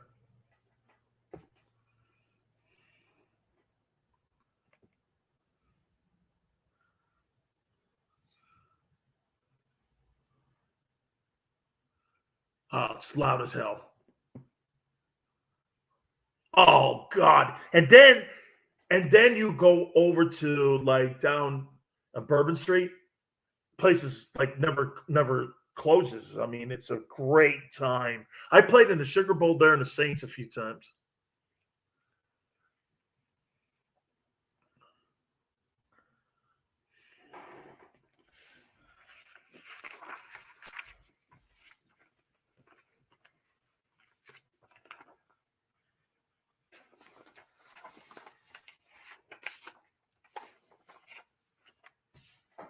Guess who the number 1 team in the AFC is right now? Dan Sileo, USA Radio Network.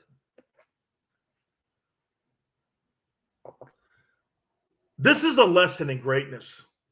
Oh, and by the way, not losing your patience in greatness and the pursuit of greatness. Tom Brady leaves New England. Last year, pandemic, not making excuses up for Bill Belichick, but football team finished 7-9. 21 years of dominance with Brady. Brady goes on, by the way, and wins the Super Bowl. Shows you his greatness. So what does Bill Belichick do? Restructures, modifies, adapts. He looks at his program, never wavers off of his convictions. And guess what? The Patriots are once again the best team in the AFC. And without Tom Brady. Because why? Well, because of culture. Because of the way you do things. Because of the way you evaluate from within your own organization. The convictions you have. Like I said, the greatest coaches and the greatest business people, you guys all adapt to the environment around you. Bill Belichick had to do this. Well, we don't have Brady anymore. So let's get somebody that kind of resembles him. So what do? They get the most experienced quarterback coming out of college. And this kid, Mac Jones, who won a national championship at Alabama last year. Was he the most athletic or gifted next to Trey Lance and Justin Fields or Trevor Lawrence or any of those guys? No, far from it. But he had won so many games. He had patience because he had to sit. He only played 1 year, really, at Alabama. And Bill Belichick now has his team in a position to get to another Super Bowl. Folks, do you know that we may be on a beeline for Bill Belichick, Mac Jones, and the Patriots versus the Tampa Bay Buccaneers and Tom Brady in Los Angeles for the Super Bowl this coming year? Wow. Brady gets a chance to ride off into the sunset. He's going to get a chance to play against Bill Belichick again one last time. Belichick's going to go for another championship. This is the stuff you write scripts to. I love the fact that everyone said, Rex Ryan was ripping him on ESPN. Oh, Bill's been exposed now. He don't have Tom Brady. He's not going to win. Well, that's not what really ended up happening. And everybody knew that Rex Ryan was full of you-know-what. Because Rex was always jealous of the fact that Bill was a better coach. Of course he's a better coach. That's a given. I just love how people just continue to win no matter what the name on the back of the jerseys are. They're the names on the front of the jerseys, and they always win because they know they have and believe in a process.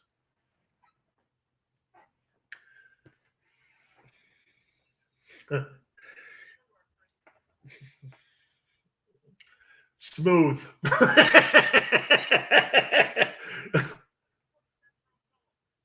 The Hooters in the Valley. In the Valley, right? In the Phoenix area.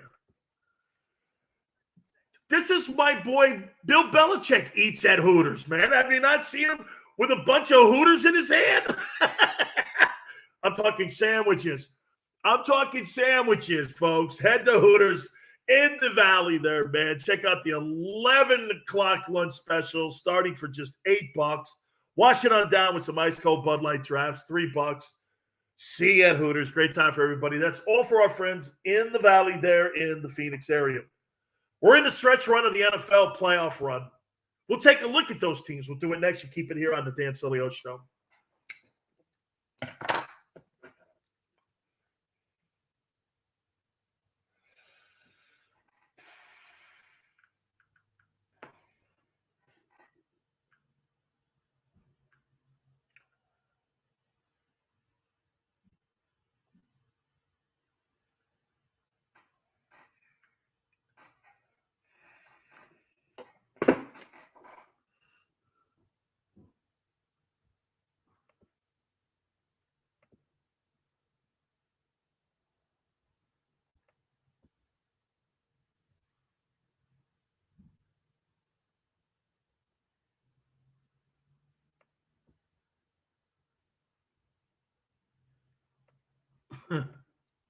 Smooth.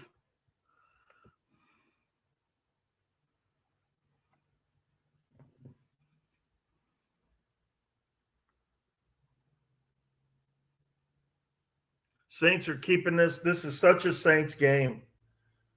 They got a chance to win this thing still.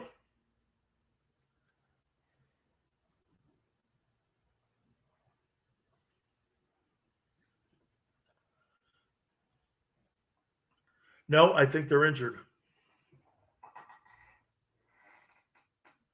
Yeah, no.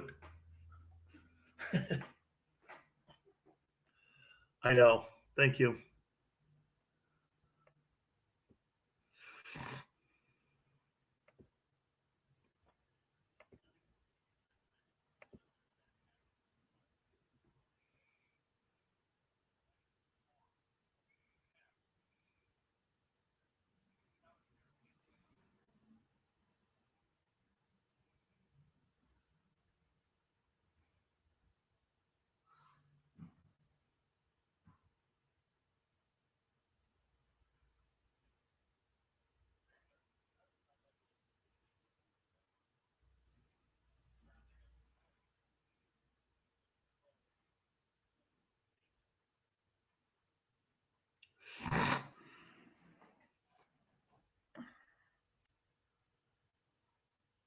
It's a great time, dude.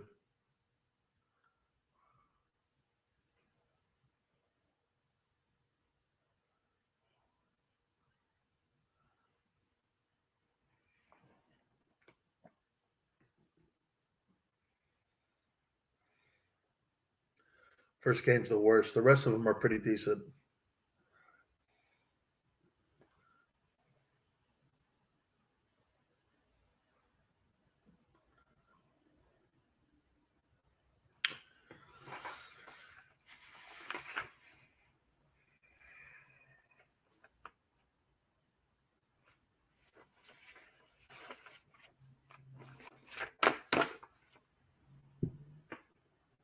Thank you, brother.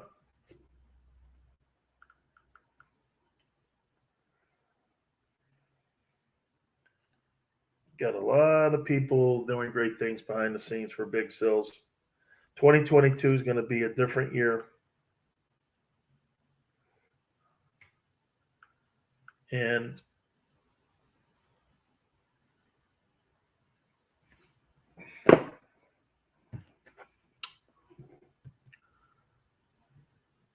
I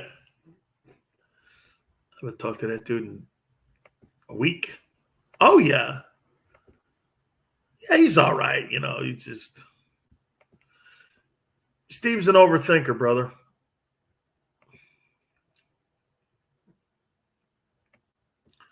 But he's got Big Sills back.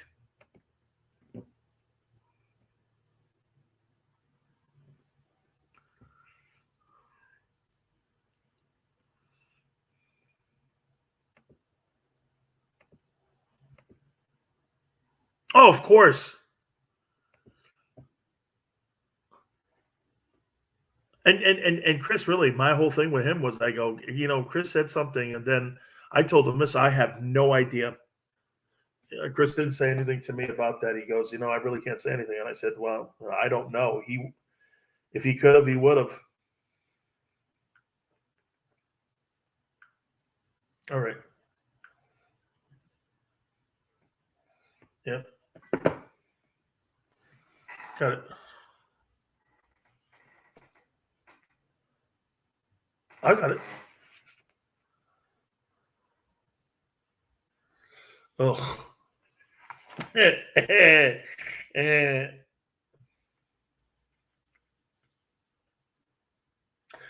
Sileo, USA Radio Network. This is the first time that I've said this. I can't remember how many years. The NFL has so much parity in it that there is no clear-cut favorite to win the Super Bowl this year.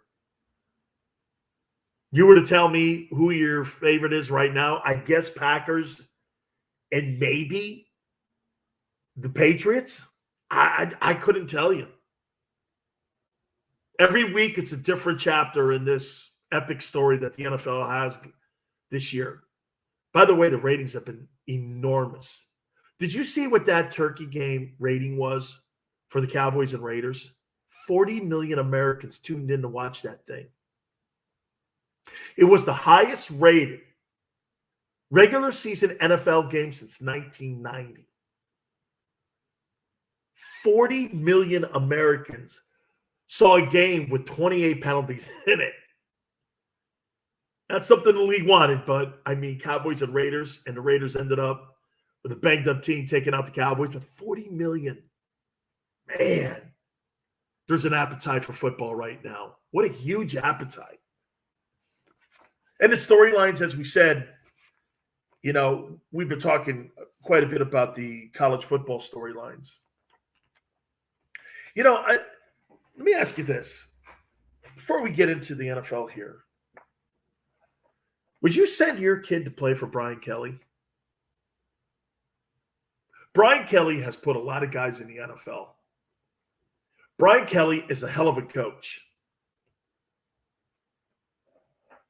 Does it matter how he left these Notre Dame kids in a lurch to you? If you were a parent,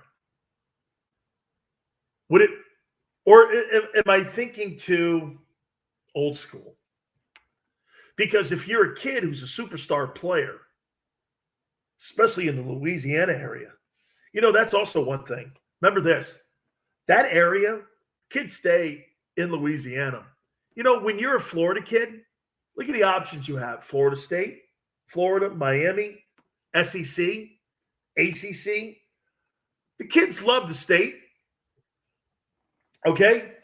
The kids love the state, but they're not as loyal as those Louisiana kids are. Those Louisiana kids all stay there and go to LSU.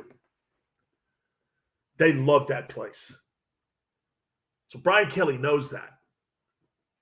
You know, I'd probably be like, kid, you want to hear something crazy? Prior to him getting that job, LSU is one of my favorite football programs. Probably still is. I just love the whole thing, the gear, the fans, Death Valley, the conference they're in, kind of all the things that he mentioned. But, man, I hate the scummy side of college sports. You imagine you're a Notre Dame kid. You're sitting in South Bend right now, 10 feet of snow. And you're sitting there and your coach calls you. Or, by the way, follow me here. You're laying in bed any given night. You're just sleeping. All of a sudden, your phone blows up. you get a text message from Brian Kelly at midnight. We have a 7 o'clock meeting in the morning. Guys, I've taken the LSU job. And so you're sitting there up all night going, what? We're in the midst of a national championship run. And my coach just quit on us to take a job because it was a lot of money. Do you know, would you know what I would have had more respect for with Brian Kelly and Lincoln Riley? You know what I would have said? Wouldn't this been the best thing to do? You walk in, you see your kids, and you go, guys, it's $100 million. What do you want me to do? Not take it? Would you not take it? The system is too, December 15th with early sign. Why can't you just be honest? Why can't you just be honest with yourselves and with your team? Guys, I got to take this money. Same way you're going to take the opportunity once the money comes. If you want to leave as a junior, you guys leave. Well, I got to do the same thing here. Yeah, but coach, I didn't promise you anything except an opportunity to play here. Then you can be honest with everybody, right? Then you can just tell people flat out, hey, I took it because it was major dough, dude. I don't know why people think that telling the truth is the worst angle and vehicle to tell people, to talk to people. You talk to your players and you're trying to have a heart-to-heart with your players. You want your players to be honest. You want your players to be, great citizens. You want your players, and you're trying to grow players into being really good character people. And then you lie to them on why you're leaving. See, I think you contradict yourself. And if I was a recruit, would I think twice about going to LSU? I would. I would think twice about going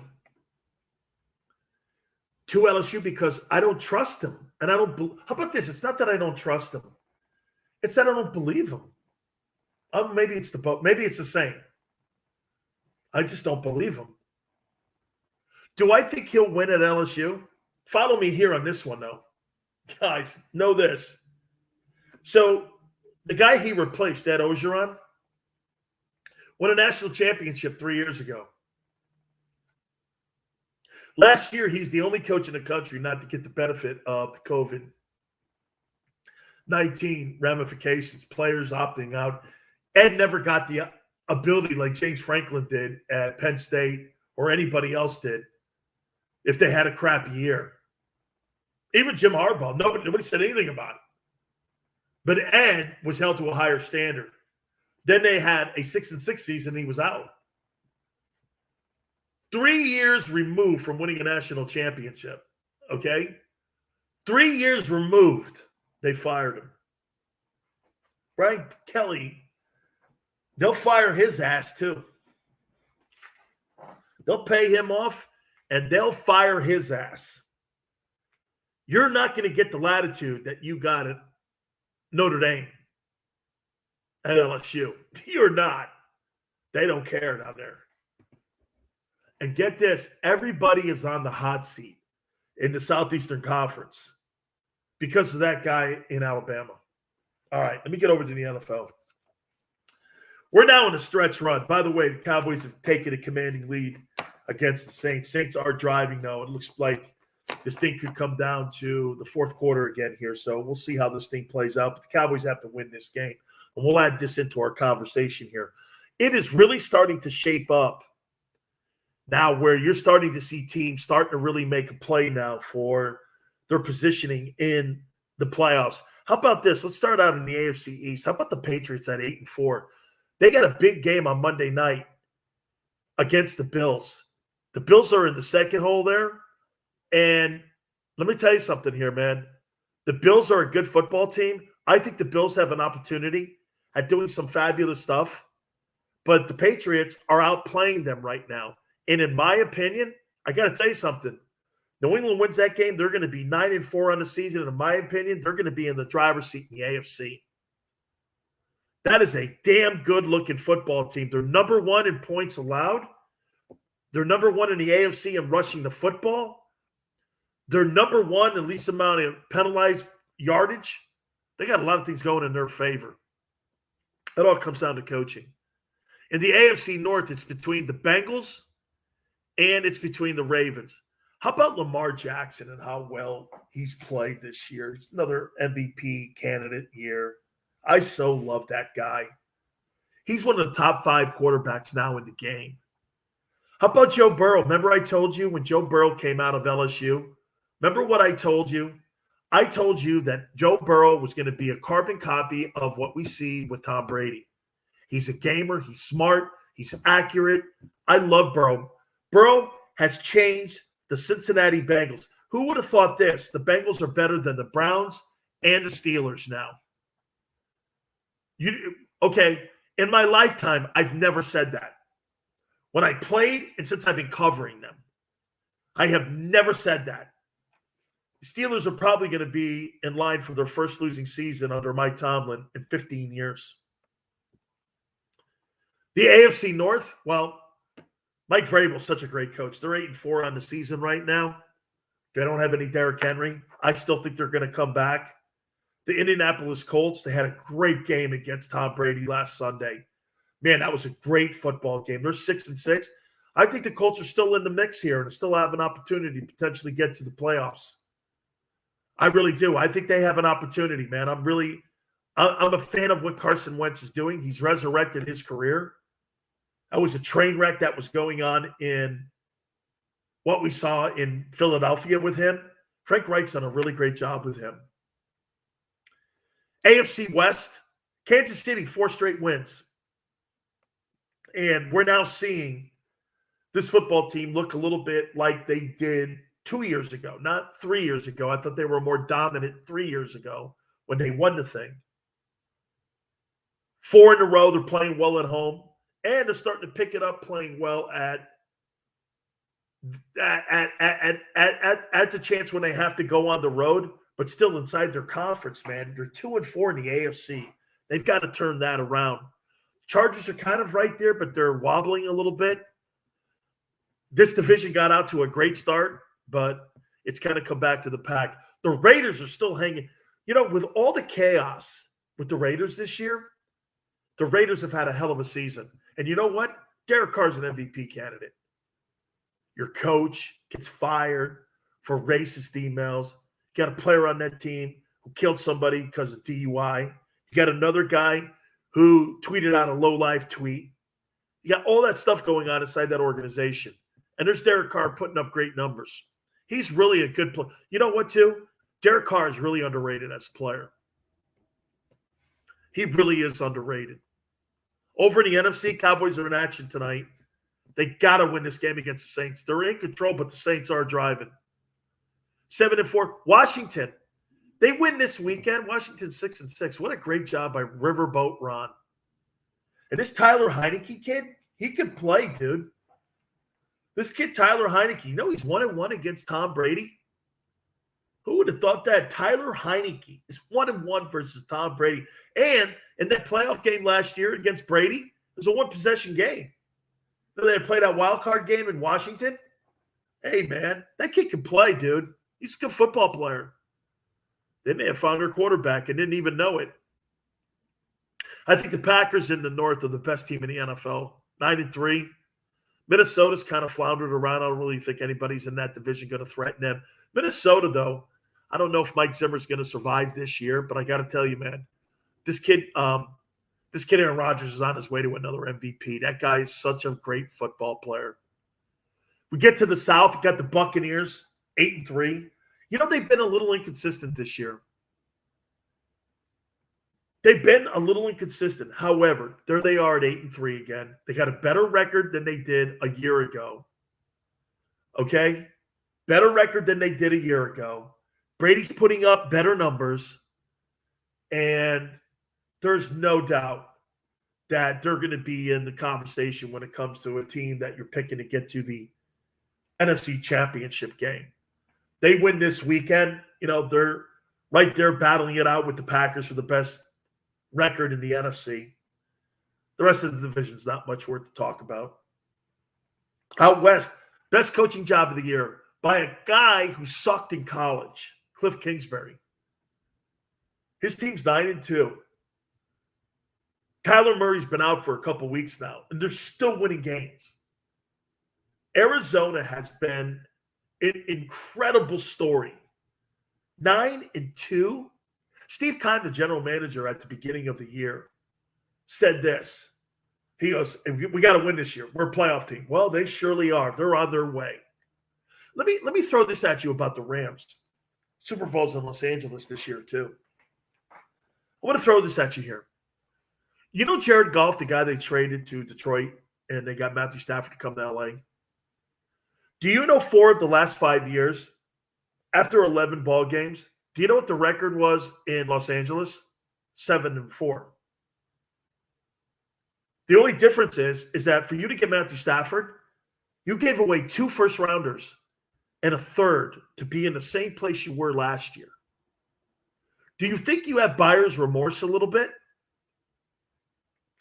Didn't you think you'd be a little further along than the same place you were a year ago?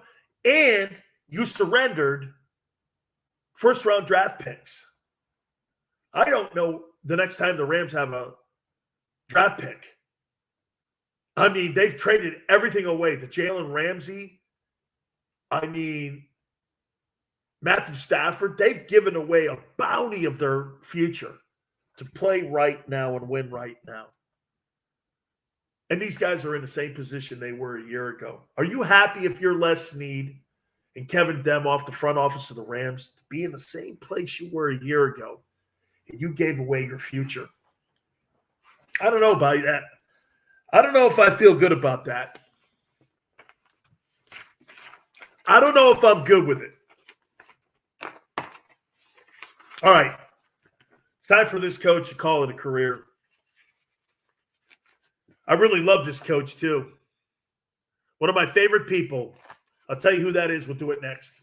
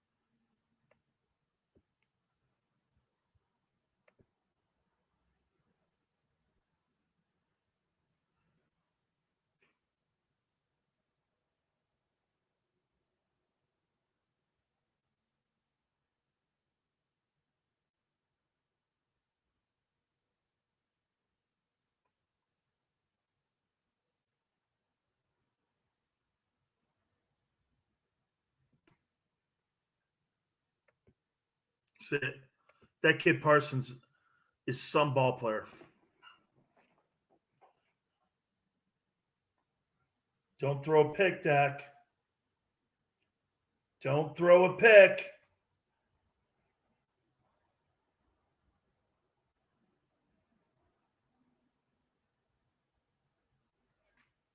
He caught that.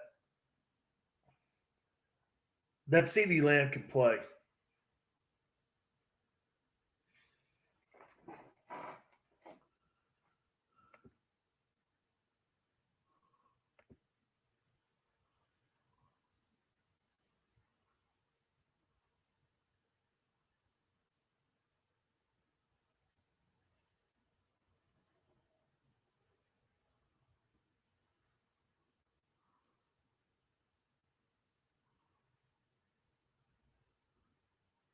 Oh, he didn't catch that. And they didn't challenge it. Oh, maybe he did.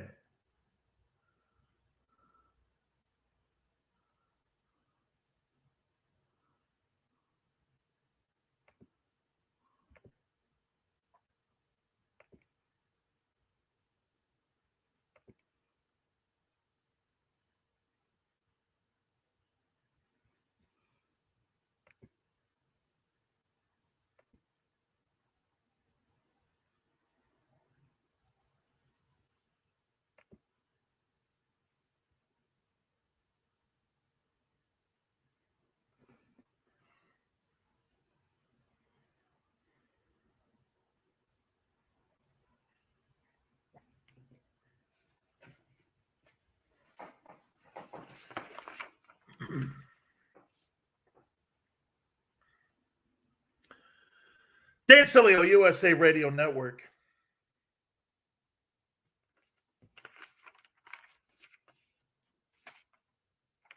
How many times do you see a football team or a sports team or a business that just needs a different direction? Just needs it. And there's a legendary CEO in there, or there's a legendary. Now, look, not everybody Steve Jobs. You know what's great about Steve Jobs? Can I tell you the story? When he was taken out of leadership and he went back to Apple, do you know what his biggest complaint on Apple was? We got 4,800 different projects here. There's 1,000 different devices. Let's be great at 4. Let's put all of our energies into 4 and make them the very best we possibly can. Be innovators. He thought Apple was making themselves too thin in the fact that they had all these stupid projects going on. He walked in and goes, this is a waste, this is a waste, this is a waste, this is a waste. Sometimes a different vision or a different view on something is a good thing. You know, you've been doing something so long. That's why when I say to you, guys like Belichick and Don Shula, those guys that can adapt and change and evolve, I guess that's the word, right? You know, Don Shula, back when he first started coaching the Dolphins, remember he had all those great running backs and they won Super Bowls like that. He gets Dan Marino, he changes his entire offense around because he evolved with the people he had around him. That to me is great leadership, and those are great leaders that, yeah, we got to do something different. We got something special here. We got something unique here. I love that word special. It's one of my favorite things. You know, because you can always say this, that guy's really a great player. That guy's a Hall of Fame player. But how many times do you do this? That guy's a special player. That guy's a special leader. We see that in Washington, but there's no special leaders in Washington right now. There's nobody that inspires you to be great in Washington. How many times do you and I as Americans laugh at everything that goes on with those? And sometimes we feel sorry for them, right? Because they don't know how idiotic they look. Players see the same thing with coaches. Unfortunately, you're in a locker room and you know that this guy, and I say it, and I say this with respect, I love Pete Carroll. 70 years old. His football teams won 3 games this year. I know Russell Wilson was injured. It's been a horrific year for him. It's been his worst year since he's been a Seattle Seahawks coach. And here's a guy that prospered and had great success once he went to Southern Cal, left that situation, and then went to Seattle and went to 2 straight NFC Championship games, winning both of them, and then he ended up winning a Super Bowl. It was a yard away from winning 2 back-to-back Super Bowls. Sometimes, though, when you keep pounding away at that same rock, it's time for a different voice. His football team has eroded around him. There's no running game. The quarterback was banged up all year because of the inability to be able to put players back on that roster to go along with that special player you have in Russell Wilson. Your defense is atrocious. It's not the Legion of Boom any longer. And Pete has not been able to replenish the cabinet with all the talent that he needs, like he did when he first burst on the scene in Seattle. He has not been able to do that. It's time to go, man. Could you see Doug Peterson, the former Eagles coach who won a Super Bowl a couple years back, as a coach there? He's probably going to be a lead candidate there. But I'm telling you, I don't think Russell Wilson's going to stay in Seattle. He's going to be on the move. I don't know, Philadelphia, New York, Giants, Denver, Miami, maybe. Days of Pete Carroll in Seattle are coming to a close. I think he knows it too. I'm going to make this prediction that when Black Monday comes, when coaches are getting fired, I bet you Pete resigns. That football team, if Russell Wilson leaves, they'll be a one-win team. There's nothing there. It has eroded. That's a shame. He's a Hall of Famer. He's going to get a gold jacket. He's going to get a gold jacket. Make no mistake about that. But